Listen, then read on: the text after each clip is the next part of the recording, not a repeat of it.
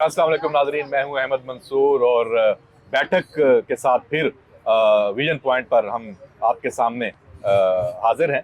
जावेद सोमरो हैं, फैसल हकीम हैं, नदीम चौधरी हैं और तैयब बलोच हैं।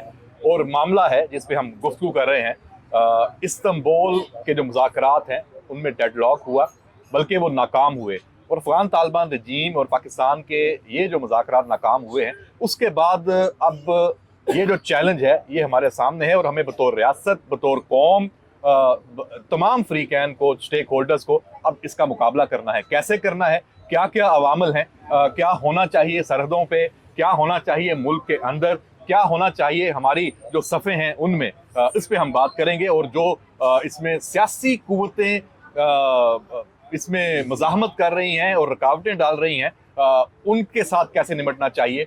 और जो बयानिए की जंग में जो वीलॉगर्स हैं सोशल मीडिया पे, वो इस मुल्क दुश्मनी पर उतरे हुए हैं, उसका कैसे तोड़ होना चाहिए। तैयब बलोच साहब, बॉर्डर मैनेजमेंट से लेके सरहदों के अंदर जो सियासी सपोर्ट है दहशत गर्दों की और फिर अब अफगान तालिबान रजीम की, ये असल चैलेंज है और इसमें खैबर पख्तूनख्वा सफ़े अव्वल पे है। क्या कहते हैं इस पे?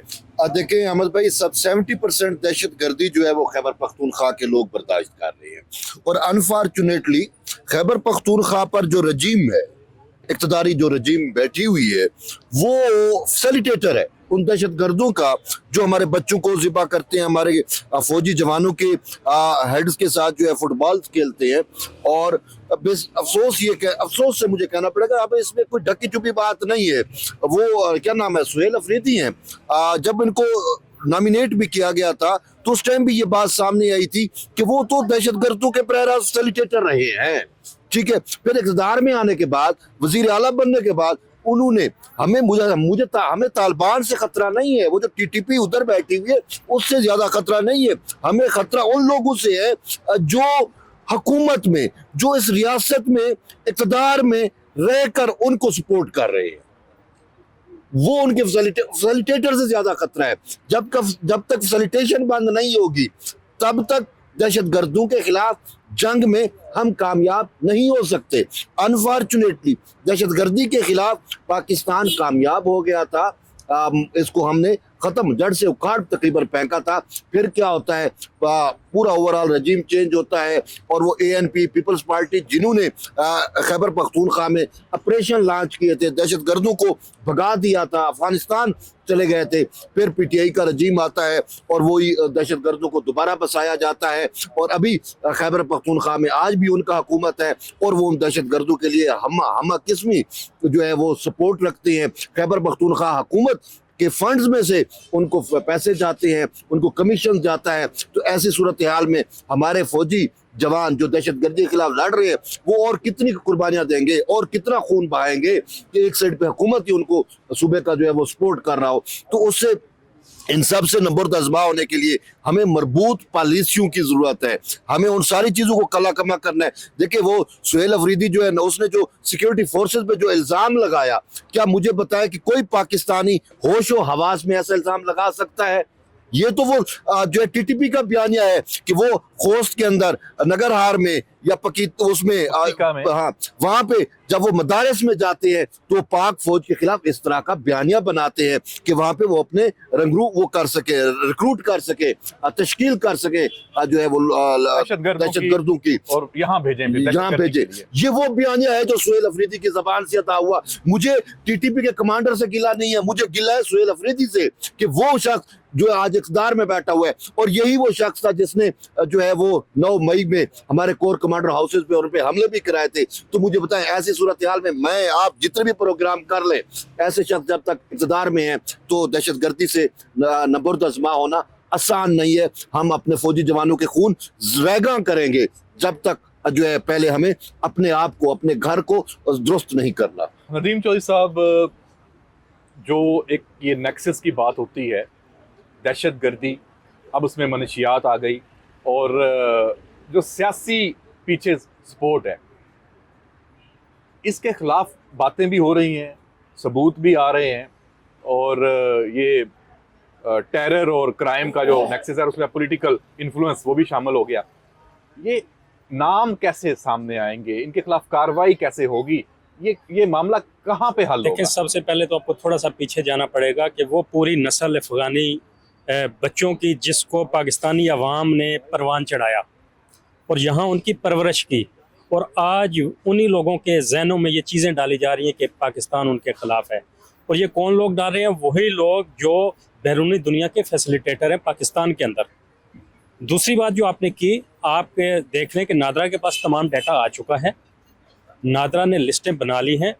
वो लोग जिन्होंने इनके वोट बनाए और इनके वोट से मुंतखब होते रहे, उनके खिलाफ कार्रवाई होनी चाहिए। पाकिस्तान के अंदर जिन्होंने उनको वोटर लिस्टों में शामिल किया, जाली शनाख्ती कार्ड बनाए गए, जाली पासपोर्ट बनाए गए, पूरी दुनिया के अंदर पाकिस्तान की बदनामी हुई। वहाँ पर मंशियात फ़रोख्त करते थे और पाकिस्तान का पासपोर्ट इस्तेमाल होता था।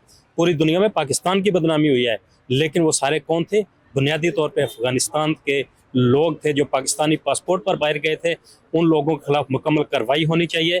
पाकिस्तान के अंदर वो जो फैसिलिटेटर थे उनके, जिन्होंने शनाख्ती कार्ड बना के दिए, जिन्होंने पासपोर्ट बना के दिए, जिन्होंने उनको बैरून मुल्क भेजा, उन सब को एक लाइन में लाया जाए और उनको पाकिस्तान के वसी तर मफाद में उनको सज़ाएँ दें, ताकि आने वाली नस्लें याद रखें कि पाकिस्तान के ख़िलाफ़ किसी किस्म की ये कार्रवाई नहीं कर।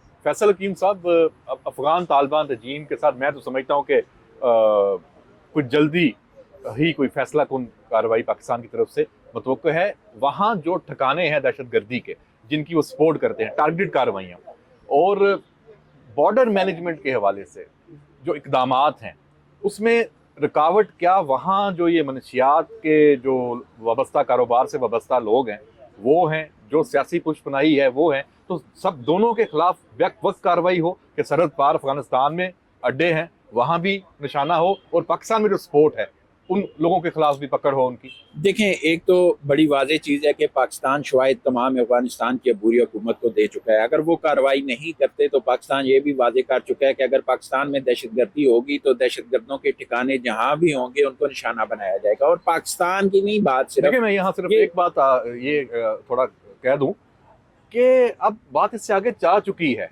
वो नहीं कर रहे। जी बिल्कुल। और वो जो अक़वाम मुत्तहिदा जो है ना, अक़वाम मुत्तहिदा की रिपोर्ट भी उन दहशतगर्दों की पनाहों की, उन ट्रेनिंग कैंप्स की निशानदेही करती है। और बड़े वाज़े तौर पर जो रवां साल की रिपोर्ट है वो ये बताती है कि वहाँ पे BLA भी मौजूद है, वहाँ पे TTP भी मौजूद है, वहाँ पे दीगर जो दहशतगर्द तंजीमें हैं दुनिया की वो भी मौजूद है। और उनको सरपरस्ती भी हासिल है किसकी? अफगान अबूरी हुकूमत के मुख्तलिफ हुकाम की। तो उनके खिलाफ कार्रवाई की जानी चाहिए। अगर नहीं करते तो जाहिर है जो सूरत हाल बन रही है उसमें पाकिस्तान मजबूर होगा कि वो अपनी सालमियत को, अपने वकार को, अपनी खुद मुख्तारी को और अपने अवाम के तहफ़्फ़ुज़ को यकीनी बनाने के लिए ये इक़दाम करे। जहाँ तक बात है सियासी पुष्टपनाही की, जहाँ तक बात है मनशियात की, तो देखें एक जो शोर किया जा रहा है ना 27वीं तरमीम और 243 आर्टिकल के ख़िलाफ़, उसकी एक वजह ये भी है, उसकी सबसे बड़ी वजह जो उसकी मुखालफत की है उसमें एक उनसर ये भी है कि जब ये इख्तियारात स्ट्रेटेजिक कमांड बड़ी वाज़े तौर पर जो यूनाइटेड कमांड सिस्टम है वो कायम हो जाएगा, तो जो मुल्क के बाहर मसाइल हैं या मुल्क के अंदर जो सिक्योरिटी चैलेंजेस है, जहाँ पर बेबस नज़र आती है आपकी सिविल इंतज़ामिया, कानून नाफिज करने वाले इदारे, वहाँ पर एक्शन होगा। और इसी एक्शन का खौफ है। जो मनशियात के हवाले से नेक्सिस है, जो आपके दहशतगर्दों का नेक्सिस है, या वो पाकिस्तान के अंदर है या पाकिस्तान के बाहर है। पाकिस्तान में मौजूद फैसिलिटेटर है, उनको भी ये खौफ है कि अगर ये हो गया तो उनके खिलाफ सख्त कार्रवाई होगी और उन्हें बख्शा नहीं जाएगा। और यकीनी तौर पर आप देख लीजिएगा कि आइंदा चंद दिनों में इस हवाले से बड़ी वाज़ेह हुकूमत की पॉलिसी भी सामने आएगी और बड़े वाज़ेह इक़दामात भी आपको नज़र आएंगे। जावेद सोमरो साहब, ये जो हम सब बातें कर रहे हैं ये पहली दफ़ा नहीं कर रहे, होना ऐसे ही चाहिए, रियासतें ऐसे ही चलती हैं। लेकिन पाकिस्तान की बदकिस्मती नहीं है कि यहाँ रवादारी का मुजाहरा कर दिया जाता है कि सियासी लोग हैं तो चलें जी हाथ होला रखें। जहाँ दुश्मनी है, जहाँ मुल्क पे हमला आवर हो, तो वहाँ तो फिर कड़ा हाथ डाल देना चाहिए। क्या अभी भी गुंजाइश है कि हम इंतज़ार करें और जो मसलतें हैं उनका शिकार हों? फैसल भाई, मेरा ज़ाती तौर पे मेरी राय ये है कि जहाँ पर सख्ती करनी चाहिए रियासत को, वहाँ सख्ती ज़रूर होनी चाहिए। जहाँ मसलियत की बात हो वहाँ मसलियत होनी चाहिए। लेकिन यहाँ तालिबान और पाकिस्तान के हवाले से जो इशू मेरी नज़र के मुताबिक है, मेरी अपनी सोच है, आप दोस्तों से मैं थोड़ा सा इस मामले में, देखिए हमने जो डोजियर्स उनको दिए हैं पाकिस्तान में दहशतगर्दी के, हमने पाकिस्तान में होने वाले दहशतगर्दी के वाक़यात के बारे में अफगान इंटरिम रजीम को जो कुछ दिया है, मेरा ख्याल है ज़ाती तौर पे, जी आप दोस्त नाराज़ हैं, हमने उनको दिया है अंग्रेज़ी में। अंग्रेज़ी पढ़ना उनके लिए मसला है, ठीक है। अब उनको चूँकि हैं तालिबान दोस्त हमारे सारे तालिबान हैं, वो तालिबान जो है वो ज़्यादातर उनकी जो अगर आप तालीम देखें तो दीगर ज़बानों में, तो आप उनको उनकी ज़बान में ये चीज़ समझा दें कि भाई ये चीज़ है। और अभी आपको मैं मज़े की खबर और देता हूँ, वो ये कि मुज़ाकरात नाकाम हुए, दोनों अतराफ़ की जो फरीक़ें अपने अपने घरों को चले गए, ममालिक को चले गए। अब ये खबर आ रही है कि तुर्किया से उनके इंटेलिजेंस चीफ और उनके वज़रा और वगैरह का एक वफद जो है वो अभी पाकिस्तान का दौरा करेगा। अब ये देखें, इसमें जो ब्रॉड स्पेक्ट्रम में आप देखें कि दुनिया सारी परेशान है इनकी वजह से, हम तो डायरेक्ट उसके मुतासिर है ना। अब बाकी ममालिक को भी इसका खतरा है कि यार ये कहीं एक्सपेंड होकर कहीं और ना आ जाए। बाकी ममालिक को अपनी परेशानी लगी हुई है, अब सारे ये कोशिश कर रहे हैं और इनको समझा रहे हैं, चाहे इनकी पढ़ी हुई ज़बान में इनको समझा रहे हैं, इनको अंग्रेज़ी में समझा रहे हैं, लेकिन इनको समझ नहीं आ रही। और आप ये देखें इस वक्त अफगान तालिबान रजीम के अंदर, वैसे आप मेरा ख्याल है आप कहना चाह रहे हैं कि इनको हिंदी में बताना चाहिए। आजकल इनको हिंदी जरा अच्छी समझ आ रही है, इसलिए है कि ये हिंदी बहुत अच्छी तरीके से बोल भी लेते हैं, समझ भी लेते हैं। और दूसरा आप ये देखें कि इनकी जो असल लीडरशिप इस वक्त मौजूद है इंटरिम रजीम के अंदर, वो तमाम के तमाम कहीं ना कहीं किसी जेलों के अंदर कैद रहे। उनको क्या समझ कि तरीका रियासत के अंदर जो तर्ज हुक्मरानी होती है वो क्या होती है। तारीख बड़ी पड़ी है कि जिसने रियासत के खिलाफ जाके कोई एक्शन लेने की कोशिश की तो रियासत ने उसके खिलाफ भरपूर तरीके से, चाहे दिफाई हो, सियासी हो, मुआशरती हो, उसके खिलाफ जाके एक्शन लिया। तारीख बड़ी पड़ी है। अब आके मुगलों की दौरे हुकूमत से पहले चले जाएं, उससे पहले चले जाएं, तो जहाँ भी जब भी रियासत के खिलाफ कोई चीज़ आती है उसके खिलाफ आप एक्शन लेते हैं। लेकिन ये होती है कि चूँकि पाकिस्तान ने हमेशा रवादारी दिखाई है, मजहबी रवादारी, मैं कहूँगा रवादारी नहीं, मजहबी रवादारी हमने देखा है, क्योंकि हमारे तमाम अफगान जो बहन भाई हैं, हमारे मुसलमान बहन भाई हैं, हमने उनको उस तर्ज से देखा। सारे वहाँ पे खराब नहीं है, अफगान को तो इंशाल्लाह पाकिस्तान हमेशा इसी नजर इज्जत से देखा और इज्जत देगा। लेकिन ये जो चंद अनासर है ना, जिनको सिर्फ और सिर्फ पैसे चाहिए, चाहे वो इंडिया से पैसे चाहिए, चाहे राह से पैसे चाहिए, चाहे मुसाद से पैसे चाहिए, वो उसको कला कमा करने की ज़रूरत है। और ये हमें सोच समझ के करना भी होगा। और पाकिस्तानी इदारे इस हवाले से जो है वो रियासती इदारे जो है वो चुप करके नहीं बैठे। हमारी भी इन इदारों की भी इंटेलिजेंसिया जो है वो बहुत मजबूत है। हमने एक तहैया किया हुआ है कि अपने हर प्रोग्राम में दो बोल जो व्लॉगर्स हैं, डॉलर खोर हैं, उनके बारे में जरूर बोलने हैं। तो कौन आज ये फरीजा अंजाम देगा? देखिए, जो डॉलर कमाने वाले हैं वो तो सारे इस मामले को साथ लिंक करें। देखिए लिंक तो सीधी सी बात है, आपको नजर आएगा जो फैसिलिटेट कर रहे हैं अफगान पनागजीनों की वापसी का मामला हो, जिस तरह वफाकी हुकूमत ने फैसला किया, सूबे अमल दरामद कर रहे हैं, एक सियासी कुव्वत उसकी मुखालफत कर रही है, एक सूबा उसके पास है जहाँ से उनको वापस भिजवाना चाहे, वो उसके हमायती जितने व्लॉगर्स हैं वो इसकी मुखालफत कर रहे हैं। और ज़्यादातर उनमें से ऐसे हैं जिनका पाकिस्तान से ताल्लुक भी ख़त्म हो चुका है, जो अरसे से बाहर बैठे हुए हैं, या अगर बाहर चले गए हैं तो पाकिस्तान वापस आने का उनका कोई इरादा नहीं है। लेकिन वो वैसे वो कहते हैं ना मगरमच्छ वाले आंसू, वो बाहर से भाग कर लोगों की हासिल करने की कोशिश। तकलीफ साहब जरा नाम लें खुल के आज। नहीं, मेरे पास एक इनसाइड है, एक इनसाइड है। एक तो आप व्लॉगर्स की बात कर रहे हैं, नाम तो आपको पता है, साबिर शाकिर हो गया, मुईद पीरज़ादा हो गया, इमरान रियाज, वो जिसके बारे में शायद अफरीदी ने कहा कि एक गधा गधे पे बैठ के चला गया, तो ये वो इनके बारे में, वो इनके बारे में था। मैं गधे ढूंढ रहा था। चले आज पता चल वो गया, डॉलराइजेशन और वो सारा कुछ। लेकिन अफगान तालिबान पे मैं वापस आता हूँ। अफगान असल बेसिकली पाकिस्तान का जो स्टांस है वो अफगान जो काबुल रजीम है उसको सपोर्ट कर रहा है, और उसको चाहिए कि वो पाकिस्तान के स्टांस के साथ आए। अब आपको हकीकत क्या बताता हूँ, ये इलाके आप गिन ले, वो कौन सा है, नगरहार है, खोस्त है, वो पकीता क्या ना पक्तिका और ये वाला जो पट्टी है ना, ये पूरा पट्टी काबुल रजीम के कुन्नड़ और नूरिस्तान, कुन्नड़ नूरिस्तान भी काबुल रजीम की, वहां पे हुकूमत ही नहीं है, वो टैक्स भी नहीं ले सकते, वहां पे बरह रास्त हुकूमत है TTP की। और पाकिस्तान का उनसे मुतालबा रहा कि आप इन पे कंट्रोल करें, और कंट्रोल के हवाले से जो कंधार शूरा है उसका मौक़िफ़ पाकिस्तान के मौक़िफ़ के साथ मतलब बिल्कुल वो है, सेम है, यानी वो पाकिस्तान के मौक़िफ़ की हिमायत करती है। लेकिन वहाँ पे जो हक्कानी ग्रुप है और जो कंधारी ग्रुप है उनके दरमियान इसमें फड्डा है। और काबुल रजीम अब दोनों को देख लिया, काबुल रजीम चाह के भी उनके खिलाफ कार्रवाई नहीं कर पा रही और पाकिस्तान कह रहा है कि अगर आप नाकाम हो रहे हैं, आप कार्रवाई नहीं कर रहे, अब उसमें रुकावट कौन है? हक्कानी ग्रुप और कंधारी ग्रुप।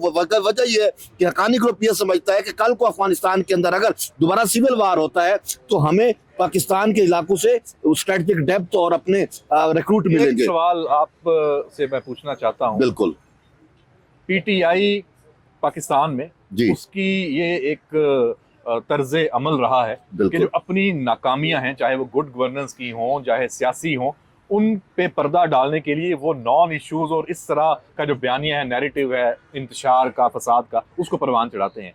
ये तालिबान, अफगान तालिबान भी हर तरह से नाकाम है, अपने अवाम को ना कोई रिलीफ। बिल्कुल। तो क्या उस जानिब से वो भी यही हिकमत अमली नहीं है कि पाकिस्तान के ऊपर बस इल्जाम लगा दो और एक सरहदी तनाज़ा बना के रखो ताकि सबकी जो नजरें इस तरफ रहें और उनसे कोई सवाल ना कर सके कि भाई आप असल काम क्यों नहीं कर रहे, आप अपना मुल्क क्यों नहीं संभाल रहे? देखिए, मैं हकीकत बताऊं कि वहां पे तो वो वैसे भी मुल्क संभालने में नाकाम हुए हैं। शुमाली इत्तेहाद बड़ी मुश्किल के साथ उनके साथ था, लेकिन वो अब अलग हो रहा है। ये टीटीपी वाला फैक्टर वो अफगान तालिबान का रेट नहीं मान रहा, बाकी चीजें भी है। अब उनका एलिगेशन साफ तरह यही है कि वो पाकिस्तान के ऊपर आप इल्जामात थोपते जाओ और ये चीजें करते जाओ, लेकिन उससे अल्टीमेट होगा क्या? पाकिस्तान तो स्ट्रेंथन कर रहा है कि काबुल का रेट जो है वो ऑल ओवर दी अफगानिस्तान पे कायम हो जाए। वो उस वक्त कायम होगा जब वो पाकिस्तान की बात मानेंगे। वहां पे जो चैलेंज दरपेश है काबुल रजीम को, पाकिस्तान तो उनको जो है उनके खिलाफ ऑपरेशन करना चाह रहा है। मेरा ये पॉइंट यही है कि अगर वो पाकिस्तान को अगर वो खुद कंट्रोल नहीं कर पा रहे, अगर होते तो ये जो जिन इलाकों के हमने नाम गिनाए हैं, यहाँ पे वो टैक्स कलेक्शन ना करते। यहाँ तो टीटीपी टैक्स कलेक्शन कर रहा है, वहां पे तो काबुल रजीम का जो है वो कोई नुमाइंदा है, वो सरकारी नहीं जा सकता। तो इसी वजह से अब पाकिस्तान जब उन पे अब पाकिस्तान को लेजिटिमेट राइट मिल जाएगा कि जब वो नाकाम हो गए और डायलॉग भी कामयाब नहीं हुए तो पाकिस्तान उन पे अटैक करेगा और बाकी जो है वो अपने तौर पे तो करेंगे। लेकिन मुझे ये बताया कि उससे क्या होगा कि वो खुद अपनी हुकूमत से ही हाथ धो बैठेंगे। देखिए जावेद सोमर साहब कुछ कहना चाह रहे हैं। मैंने पहले भी ये कमेंट किया है, देखिए जिन लोगों ने जेलें काटी हो ना, उनको तर्ज हुक्मरानी नहीं आता है। और दूसरा, जेल वो जो काटते हैं जिनको तर्ज हुक्मरानी होती है, उनको पता होता है वो जमहूरी रवायात को सामने रख के चलते हैं। तालिबान रजीम, मौजूदा रजीम में सारे जेल काट कर आए हुए इक़्तिदार में बैठे हुए लोग हैं, उनको कोई पता नहीं कि तर्ज हुक्मरानी क्या होती है, पड़ोसियों के साथ किस तरह चला जाता है। उनको सिर्फ ये है कि हमें राह से पैसे कैसे आने चाहिए, हम पैसे किस तरह से कमाएं। उनको ये गर्ज नहीं है कि वो अपने शहरियों की फलाह बहबूद के लिए क्या करें, उनके लिए क्या करना चाहिए, उनकी सहूलतों के लिए क्या करना चाहिए, वो सिर्फ अपने मफाद को देखें। ये जो बात की जावेद सोमरों ने, अफगान तालिबान इंडिया की रॉ की प्रॉक्सी हैं, ये तय हो चुका है।